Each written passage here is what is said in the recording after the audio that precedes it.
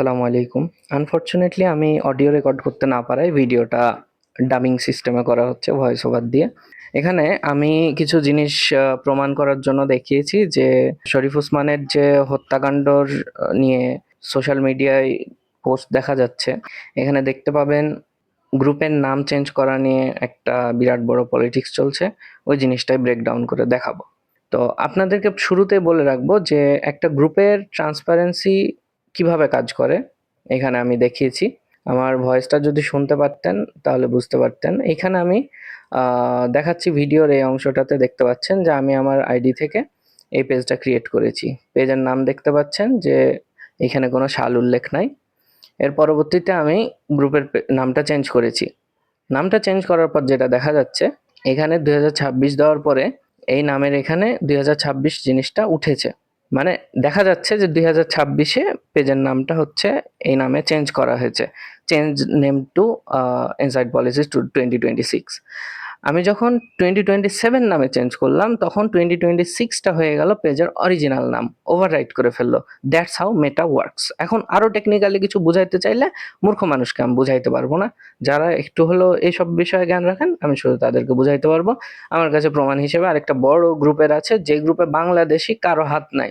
So এখানে কোনো political কিছু টানতেও পারবেন না। এখানে হচ্ছে এটা সম্ভবত জাপানিজ কারো বা অন্য কোনো কান্ট্রির কেউ এটার অ্যাডমিন। তাই এটার উপর রিলাই করতে পারেন অনেকে। এই যে স্ক্রিনশটটা দেখাচ্ছি এখানে দেখতে পাবেন নেক্সট স্কলারশিপ 2025 আর 2026 ক্রিয়েট করেছে 2022 সালে। 2022 সালে 25-26 বলে কেন এখানে গ্রুপ ক্রিয়েট করা হবে? সেকেন্ড কথা হচ্ছে ওসমান হাদিকে 2021 সালে যদি মাইরে ফেলা হয়, মাইরে ফেলার পরে গ্রুপ ক্রিয়েট করবে অথবা আহত হওয়ার পরে গ্রুপ ক্রিয়েট করবে, এনিথিং। এটা দেখাইতে পারেন যে আরে ওকে তো এমনি একটা পায়ে আঘাত লেগেছিল সেজন্যই justice for Osman Hadi, justice for Hadi বলে গ্রুপ ক্রিয়েট করে ফেললো, তার মানে এরা মেরে ফেলার প্ল্যান করছিল মনে হয়। ভাই এরকম কোনো এরকম কোনো কিছুই এক্সিস্ট করে না। বিষয় হলো যে এখানে একটা কি বলবো ফ্ল খুঁজে পেয়েছে, এখন এইটা নিয়ে পলিটিক্স করবে। কারা পলিটিক্স করবে? যারা জামাত ইসলামীকে সহ্য করতে পারে না, যারা শরীফ ওসমানকে সহ্য করতে পারে না। এই তো। এখন যদি কি বলবো আপনাদেরকে বসে থেকে ক্লাস নেওয়া লাগে মেশিন লার্নিং এর, সফটওয়্যার ইঞ্জিনিয়ারিং এর, এআই ইঞ্জিনিয়ারিং এর, তারপরে হচ্ছে আর কি হয় সাইবার সিকিউরিটি, হ্যান ত্যান, এত কিছু আমি শিখাইতে পারবো না।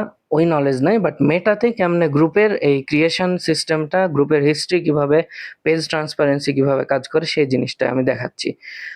পেজের ক্ষেত্রে অ্যাকচুয়ালি যেটা প্রথম নাম ছিল সেটাই থাকে। গ্রুপের ক্ষেত্রে যে নামটা সর্বশেষ, সর্বশেষ যেটা সেটা থাকে। আমি সহজ বাংলায় যদি আরেকটাই বলি, এই ভিডিওর মধ্যে ওই জিনিসটা এক্সপ্লেন করেছিলাম যে একটা দোকানে আপনি যখন যাবেন দেখবেন যে দোকানটার পিছন দিকে বিল্ডিং টিল্ডিং ভাঙা, একটা দালানে একটা ব্যানারে লেখা আছে স্থান পরিবর্তন, লাল কালারের উপরে সাদা করে বিরাট বড় করে লেখা স্থান পরিবর্তন। ওইখানে যদি এটাই লেখা থাকে আপনি কি ওই ব্যানারের ভিতরে ছেদ করে ঢুকে গেলে আপনি টাইম ট্রাভেল করে বা ইনস্ট্যান্ট ট্রান্সমিশনের মাধ্যমে বা হচ্ছে টেলিপোর্ট করে আপনি আসল ঠিকানায় চলে যেতে পারবেন বা পরিবর্তিত ঠিকানায় চলে যেতে পারবেন?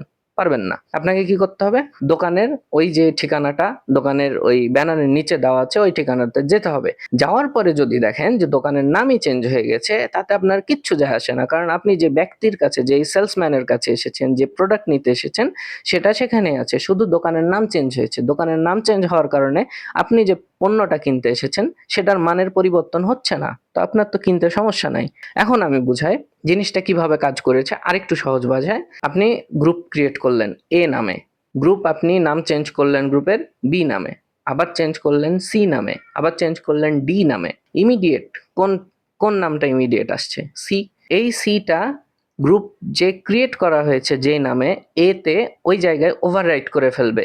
ওই জায়গায় এই সিটা গিয়ে রিপ্লেস হয়ে যাবে। তখন দেখে মনে হবে যে গ্রুপটা হয়তো ভয়েস অফ সাদিক কায়েম নামে ক্রিয়েট না হয়ে তার ইমিডিয়েট যেটা সিনিয়র যেটা জাস্টিস ফর হাদি ওই নামেই হচ্ছে ওখানে ক্রিয়েট হয়েছে। আমি নিজে একটা গ্রুপ ক্রিয়েট করে প্রমাণ করলাম।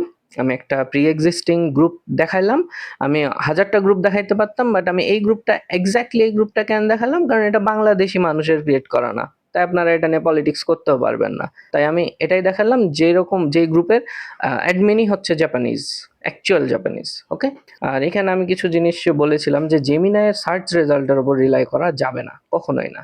কেন সেটা আমি পুরাটা এক্সপ্লেন করেছিলাম এখানে। যদি একটু ইংলিশে কথাবার্তা বলেছিলাম, যদি আপনাদেরকে শোনাইতে পারতাম ভালো হতো, তো পারলাম না। ইটস ওকে, ঠিক আছে, ধন্যবাদ।